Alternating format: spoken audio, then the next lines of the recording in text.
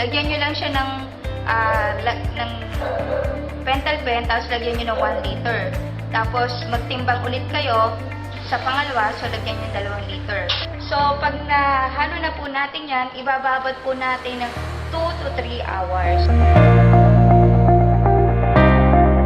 Ihanda na po natin ating commercial feeds. Ito po yung ilalagay natin dito sa ating 1:5. So, maghahanda po tayo ng 2 kutsarang NPM. NPM po natin yung ating nano-base mix at saka kalahating kutsarang atobi. So, yan po, pag i-mix na po natin, pwede po natin i-mix na yan, 2, at saka pwede na po natin ilagay dito sa ating feeds or commercial feeds na ating ihahalo sa ating 1:5.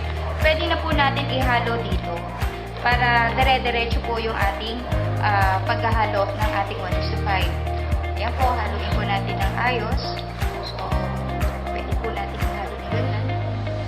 Then, pagka nahalo na po natin yan, yung ating NPM at saka yung ating atobi, andito na po yung ating ibinabad na 1:5 after ng 2 oras.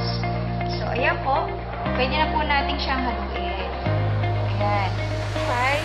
Ito po yung after 2 oras, ito po yung hitsura ng ating 1:5. Makikita nyo, medyo malapot. Ayan po, talagang pong ganan yan ang itsura po ng 1:5 at saka kulay green. And then, pwede na po nating ilagay yung ating commercial feeds plus yung NPM plus yung ating atobi. 1 kilo po din yan. Ito po yung tinatawag nating 50-50. 1 kilong 1:5 o yung ating half budget feeds at saka 1 kilong commercial feeds. So, makikita nyo yan po. Ihalo nyo lang yan. Ito, medyo malagkit. Medyo buo-buo siya. So, ang ginagawa po natin yan, dinadagdagan po natin yan ng tubig ng 1 liter. Or depende po sa inyo kung ilang po yung ilalagay nyo. Kung gusto nyo medyo masabaw, pwede yung gawan 2 litron tubig. Pero sa atin, yung standard natin, kung naglagay tayo ng 1 kilong commercial feeds, ang nilalagay lang natin is 1 liter na tubig. Ayan po. And then, haluin nyo lang ulit. Ayan, depende po doon sa kung anong gusto nyong lapot sa pagbibigay nyo sa inyong mga alaga. Haluin nyo lang.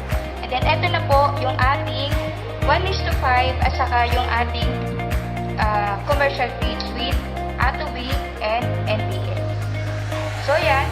Pag nahalo po na natin yan, pwede na natin ibigay sa ating mga alagang hayop. At ito po si Miss Annalisa Bachar. Maraming salamat po.